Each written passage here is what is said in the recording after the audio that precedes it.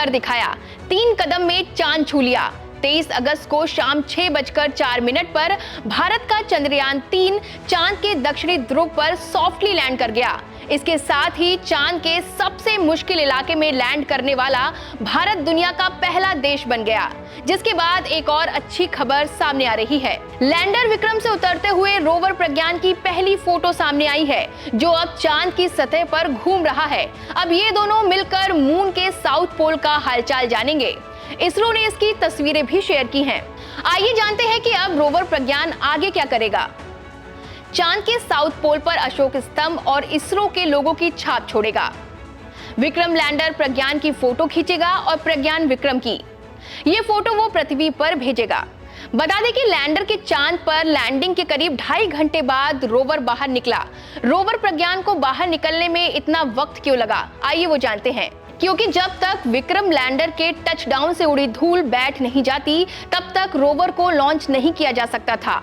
दरअसल चंद्रमा पर ग्रेविटी पृथ्वी के गुरुत्वाकर्षण से बेहद कम है। इस कारण धूल जल्दी बैठती नहीं है, जैसा पृथ्वी पर हो जाता है। ऐसे में वैज्ञानिकों को ये चिंता सता रही थी कि अगर धूल बैठने से पहले रोवर को बाहर निकाला तो इससे रोवर पर लगे कैमरे और अन्य संवेदनशील उपकरणों को नुकसान हो सकता है। इस कारण लैंडर के चांद पर उतरने के करीब 2.5 घंटे बाद रोवर बाहर निकाला गया। जैसा कि अब रोवर प्रज्ञान लैंडर से बाहर निकल चुका है। ये रोवर चांद के साउथ पोल से जुड़ा डेटा लैंडर को भेजेगा और फिर लैंडर ये डाटा इसरो को भेजेगा। इसरो के डायरेक्टर एस सोमनाथ का कहना है कि अगले 14 दिन बहुत ही महत्वपूर्ण है। प्रज्ञान हमें चांद के वातावरण के बारे में जानकारी जुटाकर देगा।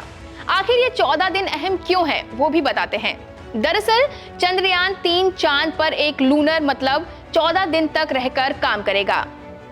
दरअसल धरती के 14 दिन के बराबर चांद का एक दिन होता है, यानी 14 दिन डे टाइम रहता है और 14 दिन रात रहती है। ऐसे में प्रज्ञान सिर्फ एक लूनर डे तक ही एक्टिव रहेगा। चांद के दक्षिणी ध्रुव पर लैंडिंग की वजह से उसे फिर से रिचार्ज किए जाने की उम्मीद कम जताई जा रही है। हालांकि वैज्ञानिकों को ये उम्मीद है कि प्रज्ञान और विक्रम एक अतिरिक्त लूनर डे तक काम कर सकते हैं। वहां उन्हें सूरज से मदद मिलेगी, जिसकी वजह से वो खुद को रिचार्ज कर सकते हैं। दरअसल लैंडर और रोवर दोनों सोलर पावर से काम करते हैं। इस दौरान रोवर प्रज्ञान वहां पानी की खोज, खनिज की जानकारी और भूकंप, गर्मी और मिट्टी की स्टडी करेगा। बता दें कि भारत से पहले रूस चांद के दक्षिणी ध्रुव पर लूना 25 यान उतारने वाला था। 21 जुलाई को ये लैंडिंग होने वाली थी, लेकिन आखिरी ऑर्बिट बदलते समय यान रास्ते से भटक गया और चांद की सतह पर क्रैश हो गया।